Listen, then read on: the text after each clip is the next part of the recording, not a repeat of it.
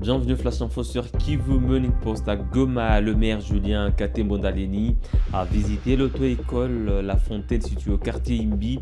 Il a salué la qualité de la formation offerte aux apprenants dans le cadre de renforcer la sécurité routière. L'auto-école assure l'enseignement du code de la route et la pratique de la conduite. Elle contribue à la réduction des accidents de circulation. Reportage. Dans les soucis de renforcer la sécurité routière et de prévenir les accidents de circulation à Goma, le maire de la ville, Julien Katembo-Ndaleni, a effectué ce jeudi 19 mars 2026 une visite à l'auto-école La Fontaine, située dans le quartier Imbi. Sur place, l'autorité urbaine a assisté à une séance pédagogique consacrée à la signalisation routière et au code de la route, dispensée aux apprenants par les instructeurs de l'établissement. Après cette étape théorique, le maire s'est rendu au terrain du Kakatindo, dédié à l'apprentissage pratique de la conduite, où il a suivi de près une séance de formation de futurs conducteurs. Satisfait des conditions d'apprentissage et des qualités de l'encadrement, Julien Katembo-Ndaleni a encouragé les habitants de Goma à se faire former dans des structures agréées, afin de réduire les accidents souvent causés par les manques de formation adéquate. On a remarqué que dans la ville de Goma, beaucoup des accidents sont causés par les journalistes. Le problème est fundisha. Wewe huko baba, huko mjomba, unakamata mtoto unampa gari yako, unampa moto yako ya 2 pneus ya 3 pneus, hakufunzwi. Hayo code de la route na hayo kutembeza.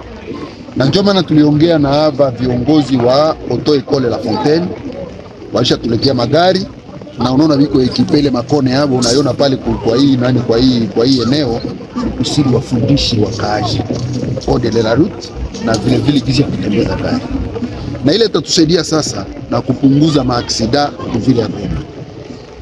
Vile vile mtu akishamaliza mena kujifunza gari, inaomba sasa napewa permis de conduire, anakuwa na najua tembeza gari, anakuwa na najua code de la route. Tusema partiri hapa sasa utainterese viongozi na kiongozi wetu ni Excellence Monsieur le Gouverneur de Province Bahati Musanga Erasto, tuone kama chama inaweza propose pata mtu akishamaliza kutembeza anayua kwe apite kwa examen yenye itakuwa constitué na walimu, itakuwa constitué na police na service technique ya nani ya transport et communication. Tupate ba chauffeur wa qualité ili inaweza kutusaidia kupunguza to ya maaksida mvile ya Goma. Parce que c'est fait yenye tunakia kutana kama Goma watu wanaingia kwa barabara hayue na kutembeza hayue code de la route, na ndio shida yenye kunatuletea maaksida za mingi.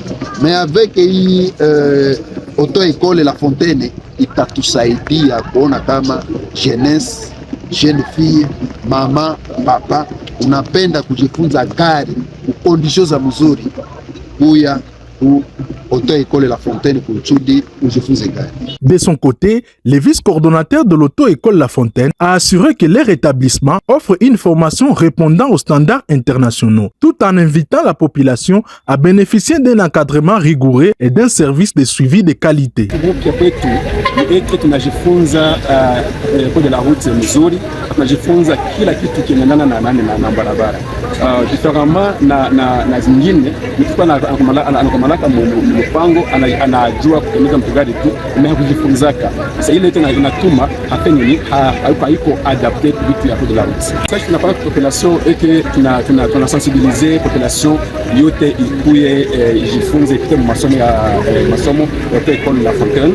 La Fontaine iko na vitu mpya par rapport na zingine tokole za mbele. Unafanya kitu chote kiana na code de la route.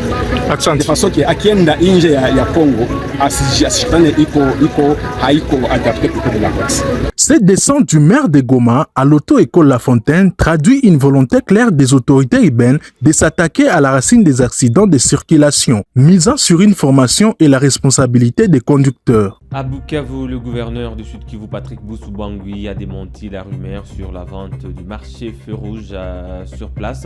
Il a affirmé qu'aucune vente n'est prévue. Les vendeurs ont exprimé leur soulagement et poursuivent leurs activités dans le calme.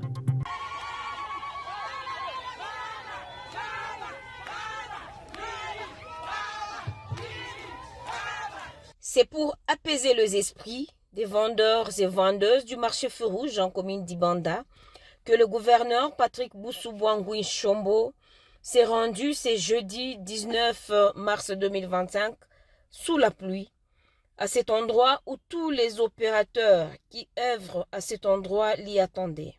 À son arrivée, les vendeurs étaient soulagés.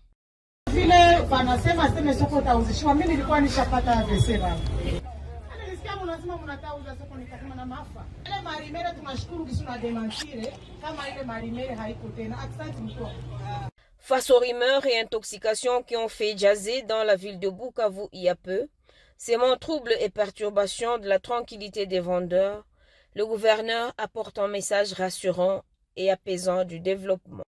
Nashukuru sana kuona gisi mmepokea hapa leo. Sikuwa hata najua kama pia kuja kuangalia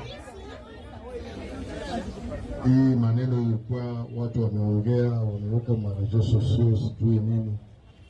Chama ya AFC M23 ilikuja kuleta mabadiliko.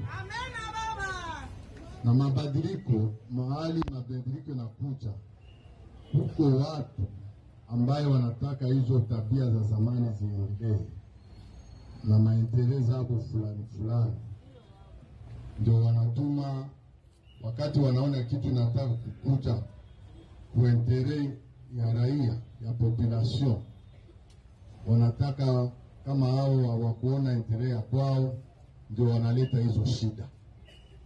Na mimi nimesimama, mimi ndawasemea, ndaendelea kuwasemea. Kwa maana tumeambia mkaaji mmoja wa pale pembeni, sababu inamuletea shida.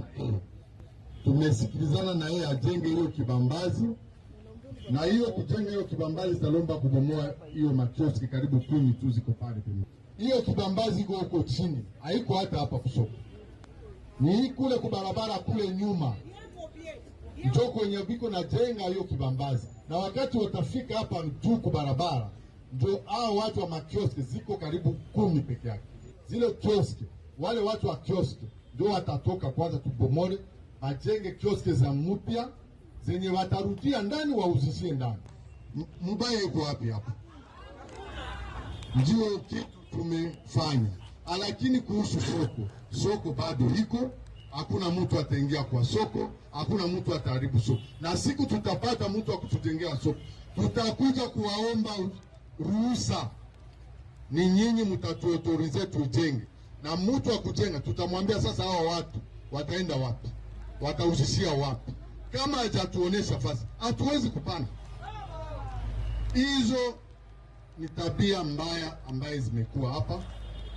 Watu sijui 5 6 wamekuja wamebandika mabitu kwa barabara, aseme watu watauana. Hakuna mtu atauanaka hapa Bukavu, na mimi niko hapa. Tuko sisi wa ndugu, tunaishi hawa, tuko watoto wa Bukavu, watoto wa Sud Kivu. Mtu asiwadanganye, mtu asiwaogopeshe.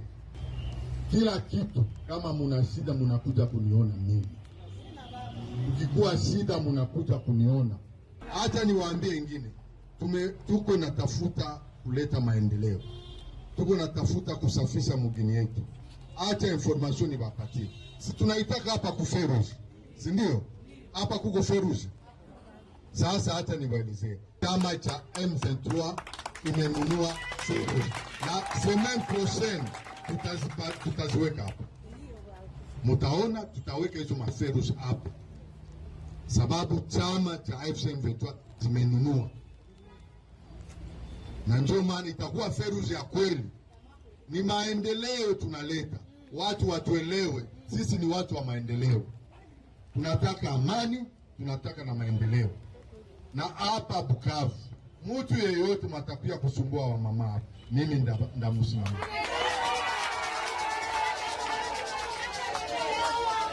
Nataka kuwaelezea kitu moja wa ndugu zangu.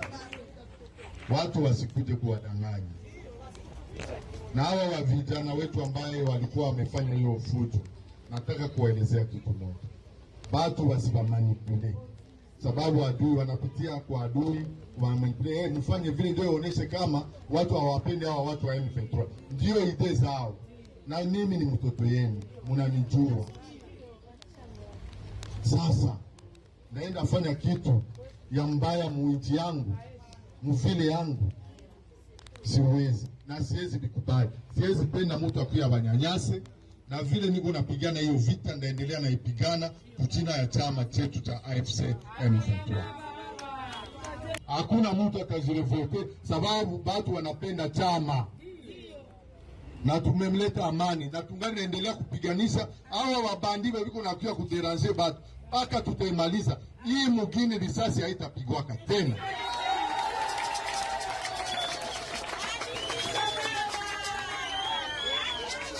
Viongozi wa chama wametuambia tuwaelezee tukue kimya, tuko na njia ndefu. Mimi nawaambia munikubali, munisikie, niko mtoto yenu, tutajenga hii Bukavu pamoja, na watu watakuwa nakuja hapa wanashangaa. Na waomba muendelee kazi zenu. Dans le Haut-Katanga, le maire de Kasumbalesa, André Kapampa, a réceptionné 2 engins Hoho acquis sur fonds propres de la mairie. Cette initiative vise à renforcer les opérations d'assainissement dans la ville. Selon l'autorité urbaine, ces équipements permettront d'améliorer la collecte des déchets et l'entretien des voiries. Ils contribueront également à rendre la ville plus propre et plus saine. Présentation et réception ce jeudi 19 mars 2026 de 2 engins à l'hôtel de ville de Kasumbalesa. L'acquisition de ces 2 camions poids lourds de marque Ben viennent s'ajouter aux charrois automobiles de la ville frontalière pour appuyer les projets d'assainissement lancés par l'autorité urbaine il y a peu. L'un des responsables de la société Africa Logistic Company qui a acheminé ces engins dans la ville de Kasumbalesa donne des explications sur les formants et la qualité de ces camions poids lourds. Nous venons vous présenter ces 2 véhicules de marque OO et de 30 tonnes chacun et de kilométrage zéro. Veuillez les réceptionner.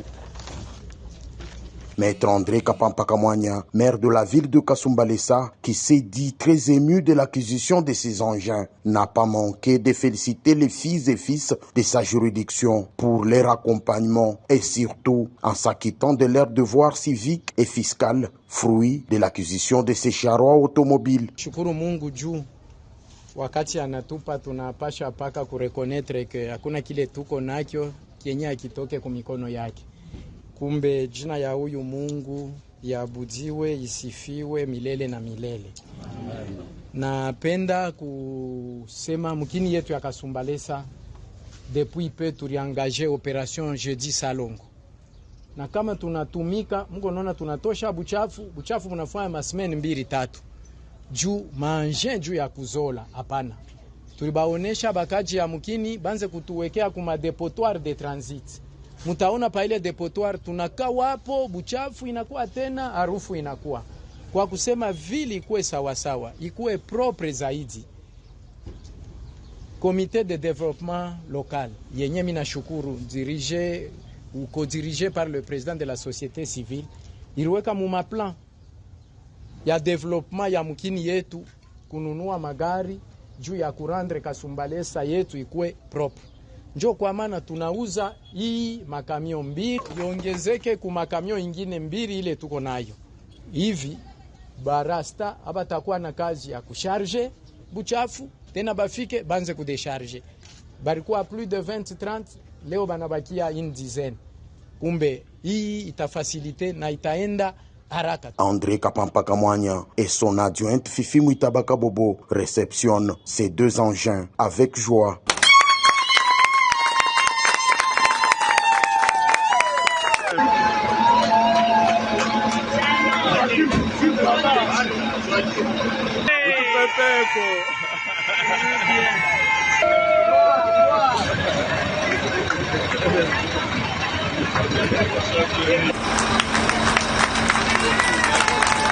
ont pris part à cette cérémonie Fifi Mouitabaka Bobo, l'adjoint au maire de Kasumbalesa, le coordonnateur du service de l'assainissement, le représentant de la société civile locale, Maître Legrand Belengue, le patron de la société Ville des Palmes, Mathieu Chileou, et quelques hommes de Dieu qui ont remis ces engins entre les mains du Seigneur.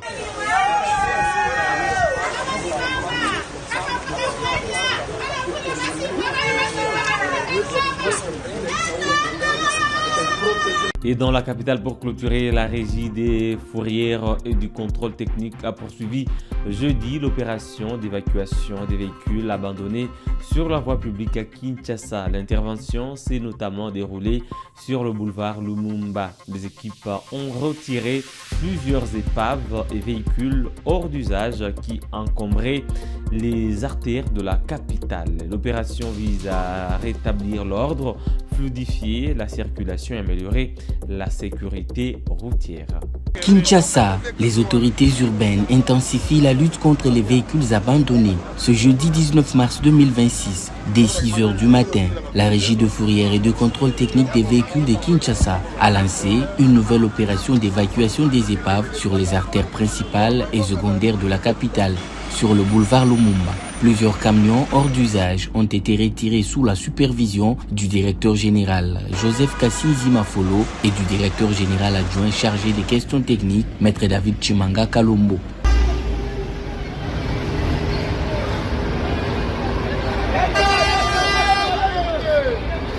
L'opération s'est également poursuivie à Kingasani, dans la commune de Kimbanseke, où un terrain de football d'une école a été libéré après avoir été occupé par des véhicules abandonnés, bloquant l'accès et réduisant la visibilité pour les élèves. Selon plusieurs témoignages recueillis sur place, cet espace était devenu un repère pour des bandits communément appelés Kuluna. Enseignants, élèves et habitants saluent cette initiative et appellent à sa poursuite.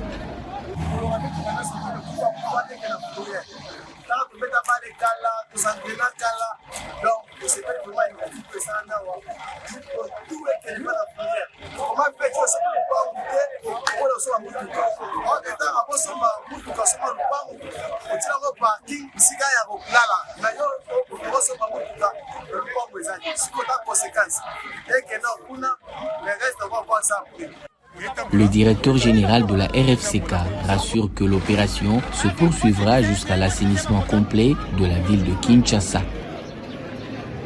Voilà, monsieur, c'est tout pour le Flash Info de ce vendredi 20 mars 2026 sur Kivu Morning Post. Merci à vous de l'avoir suivi de bien à la fin. On se fixe un nouveau rendez-vous d'actualité. À très bientôt.